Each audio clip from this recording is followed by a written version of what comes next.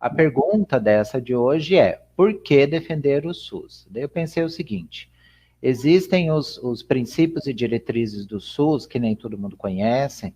Como a gente conversou, o objetivo não é ser professoral, mas eu acho que dá para pegar esses princípios e ir encaixando a questão da história e o porquê, né? Não, sem dúvida nenhuma, tem que ver. Até porque não faz o menor sentido você falar de algo que você não, minimamente, você não defina, né?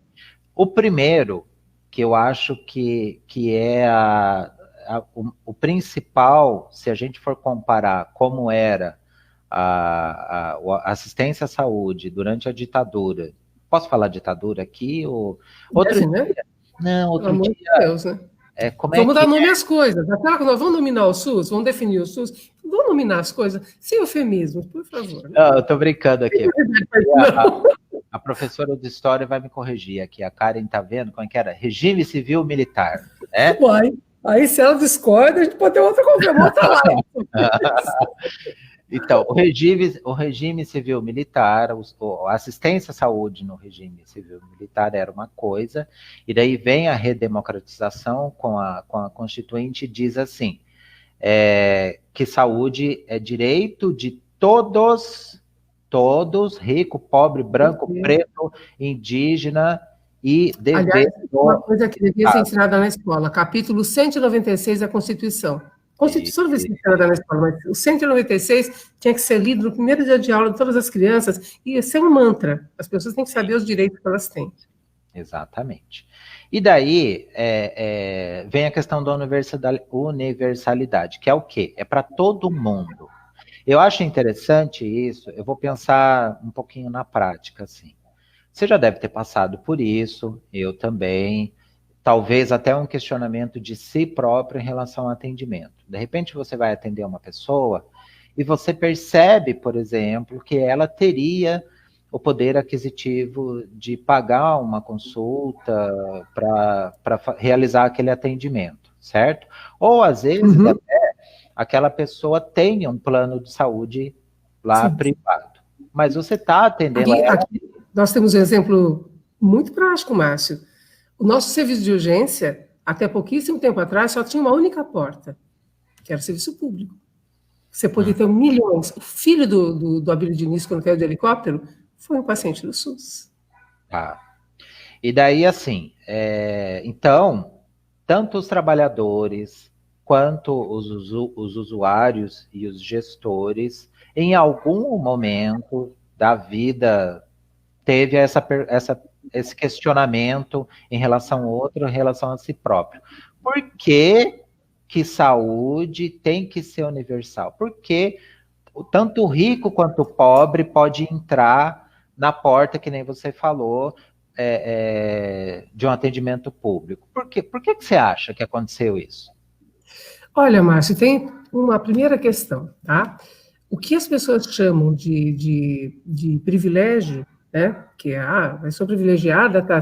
É o privilégio do privilegiado. Primeiro que o SUS ele trabalha com o sentido de equidade, não de igualdade. O sistema único não é composto só pelo serviço público. A gente vai chegar lá na equidade. Ele não é composto só pelo serviço público, tá? A primeira confusão que fazem, quando falam ao SUS, é de pobre para pobre. Não é. Se você vai ver a definição do SUS, nos capítulos que descrevem nas leis complementares que definiram o SUS, um dos capítulos diz que o Sistema Único de Saúde ele é composto pelos próprios públicos, pelos próprios, ou seja, aquilo que é público e controlado, gerido e propriedade do serviço do governo federal, estadual e municipal. E pago pelos impostos, pela arrecadação. Ele também é composto pelos próprios privados não lucrativos, ou seja, santas casas, os serviços filantrópicos, tá? E pela saúde suplementar, seja ela convênio, seja ela particular, de compra direta de serviços. Tudo isso é SUS. Porque o Sistema Único de Saúde ele é composto por tudo isso, tá? E as pessoas têm acesso universal a tudo isso. Mas quer dizer, então, que se eu quiser ir no Einstein, eu posso ser atendido? Se eu precisar do Einstein como gestora pública, entendeu? Para uma questão como a Covid agora, eu posso, sim, utilizar os serviços do Einstein. Não vou Não é ninguém. Sabe o que o pessoal imagina? Imagina com uma barba desse tamanho, o boné do Fidel Castro, uma metralhadora entrando lá e falar: esteja preso, as vagas são minhas. Não é disso que se trata. Se trata de que eu vou pactuar, sempre um pacto, é sempre negociação. Vou pactuar os custos que eu tenho no serviço público, que é o que aconteceu aqui em São Paulo. Houve essa pactuação. Se precisar dos seus leitos, eu não vou pagar os que o senhor cobra para o seu particular, não. Eu vou usar os seus leitos e o custo que eu aceito negociar aqui para bancar, porque tudo que eu compro de serviço eu pago. O sistema único ele é mantido pelas verbas públicas. Eu vou comprar leito do senhor para pacientes que não têm convênio, nem têm recurso para comprar particular, porque isso se sobrepõe ao seu interesse pessoal de comércio. Saúde não é comércio. Entendeu? E assim, um dos motivos... Aliás, um parênteses, quando você fala assim, todos nós em algum momento questionam, eu imagino quando eu fui questionado, se fui eu que implantei, assim, eu aspas, né, gente, um grupo de pessoas maravilhosas que eu era gestora junto com eles. Eu fui a pecinha do começo dessa confusão, mas não tem exclusividade nenhuma sobre o assunto. Muito contrário.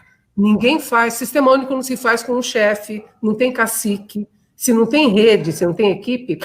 Esquece que não acontece. A gente vai chegar lá na hierarquia. Aí, assim, me perguntavam isso. Eu falei, pô, mas que isso? Cara, parou com um macarrão aqui no posto. Pois sucanga, então você já imagina o que era, né? Temporada. Imagina. Eu falei, cara, é o seguinte, reza para eles continuarem vindo. Enquanto a classe média, que é a classe média, né?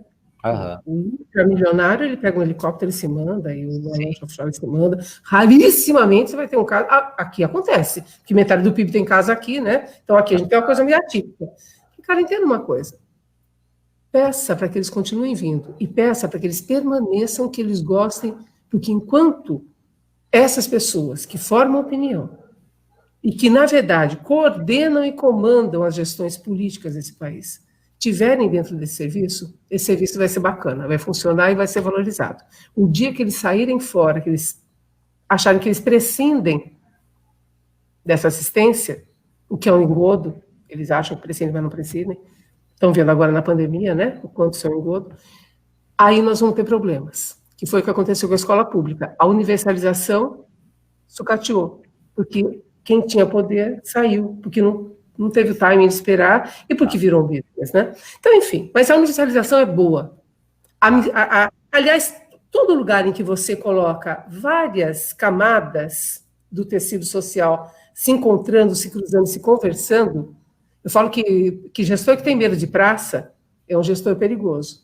Porque ele não gosta das pessoas que se encontram e discutam. Pensa, esse prefeito só faz pracinha? Eu falo, olha, esse aí não tem medo do povo. Se ele faz pracinha, ele quer que as pessoas se encontrem. Se as pessoas se encontram, elas conversam dele, principalmente. O melhor tema é sempre os caras, né?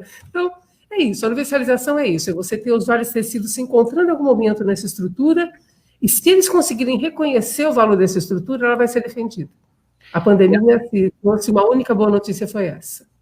E me corrija se eu estiver errado. Assim, vamos lembrar... se aproveita até e faz um apanhado disso. Vamos lembrar que na ditadura a gente tinha uma certa... O modelo era completamente excludente, Márcio. Na época do regime civil-militar, que a Kari me corrigiu aqui, tinha um certo número de pessoas que tinham acesso à saúde pública mesmo, gerida pelo Estado, e outra não. Quem tinha acesso à saúde sem poder pagar era através da filantropia, geralmente da Igreja Católica, que era através das Santas Casas, das freirinhas, enfermeiras, é isso. Deixa eu só fazer um pequeno parênteses assim, esse é um outro motivo também que eu acho muito importante a gente estar explicando o que é o SUS e defendendo. Quando começaram as notícias a respeito da Covid, todo mundo ficou ligado na televisão, nos jornais, para saber se a sua região ia ter UTI suficiente. Aonde que fica a maldita UTI? Desculpa, a bendita UTI? No SUS.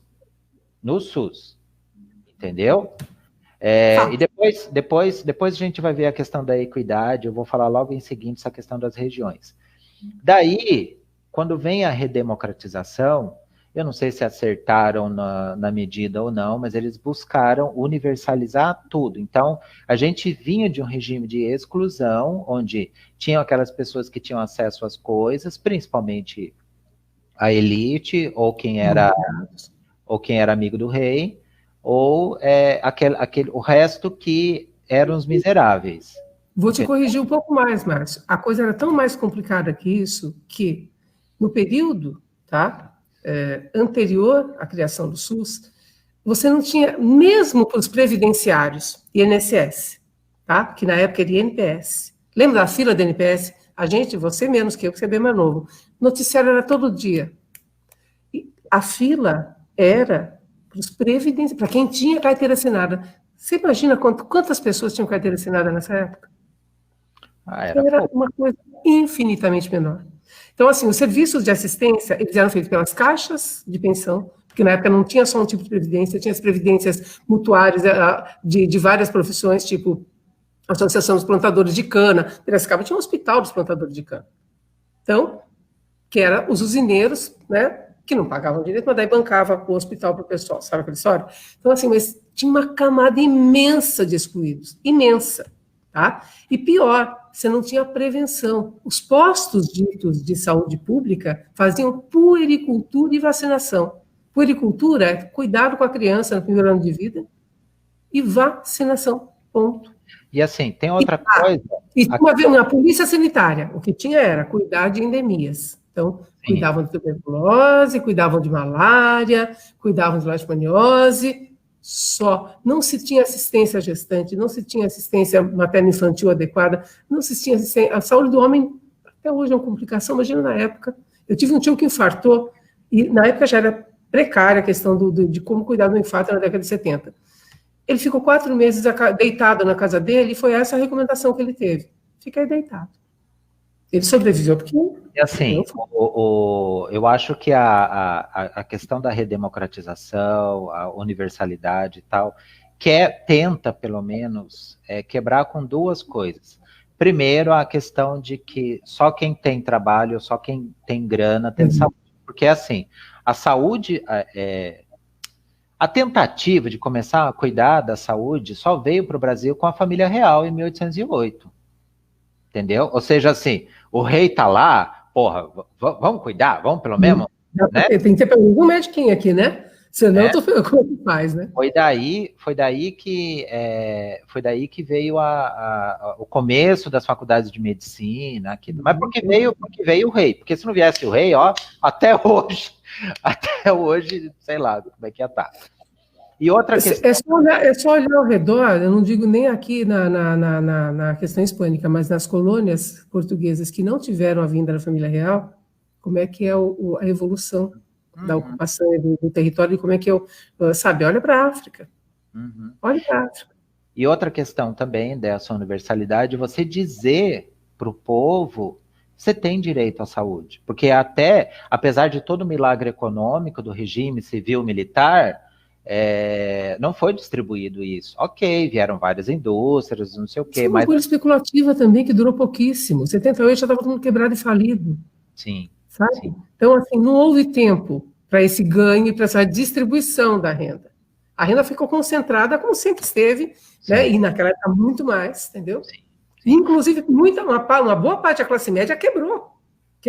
Ou seja, não só os que não tinham acesso não obtiveram, como muitos dos que tinham perderam. E é só por isso que a defesa, que começa a se construir esse conceito também, sejamos muito claros. Tinham lá os Don Quixotes, os aspas comunistas, os socialistas, mas quem convence o resto que não era dessa turma a votar nesse capítulo... Cláudia, o povo tá me cobrando aqui de concluir a comparação, que tem a ver com os Estados Unidos. Então, hoje... o que acontece? Daí, de novo, por conta da Covid, a gente começou a ver notícias a respeito do atendimento em saúde nos Estados Unidos. Teve aquela questão da abertura de um determinado espaço lá na região de Manhattan, aquela região super rica lá, para não sei quantas covas, porque estava morrendo muita gente no centro comercial do mundo. Por quê? Porque nos Estados Unidos, apesar do Obama ter tentado fazer alguma coisinha lá, não tem saúde universal. O Brasil é o único país com mais de 200 milhões de habitantes que tem saúde universal, Sem entendeu? dúvida. Então, assim, parem de ficar querendo que o Brasil seja igual aos Estados Unidos, Deus me livre. Deus me entendeu? livre. Lá, qual que é a lógica? A conta da assistência lá? E eu quero chegar, assim, eu quero falar do estado de bem-estar social dos Estados Unidos. O estado de bem-estar social que veio depois, que foi o New Deal lá, depois da Segunda Guerra, foi assim, ó, os comunistas estão lá dizendo que é para dividir tudo, a gente precisa dar um pouco para esse bando de miserável, para a gente manter eles vivos, para eles trabalharem e gostar da gente, que é capitalista, e é isso. E daí, assim, vários países, por exemplo, a Inglaterra, o nosso SUS foi inspirado no sistema inglês, do Reino No Unido, Canadá, no no Reino, canadense. no Reino Unido, quer dizer, né? E daí, assim, os Estados Unidos optou por não. Os Estados Unidos optou continuar com a ideia assim, trabalhe, aqui é a terra da oportunidade, se você tiver dinheiro, ok, você tem saúde. Só que está assim até hoje, né? Então, Mais que isso, é um business, é um negócio, entendeu? Como a saúde é um negócio, então tem um lobby ferrenho para que não haja essa universalização. Porque é como a educação virou um business aqui.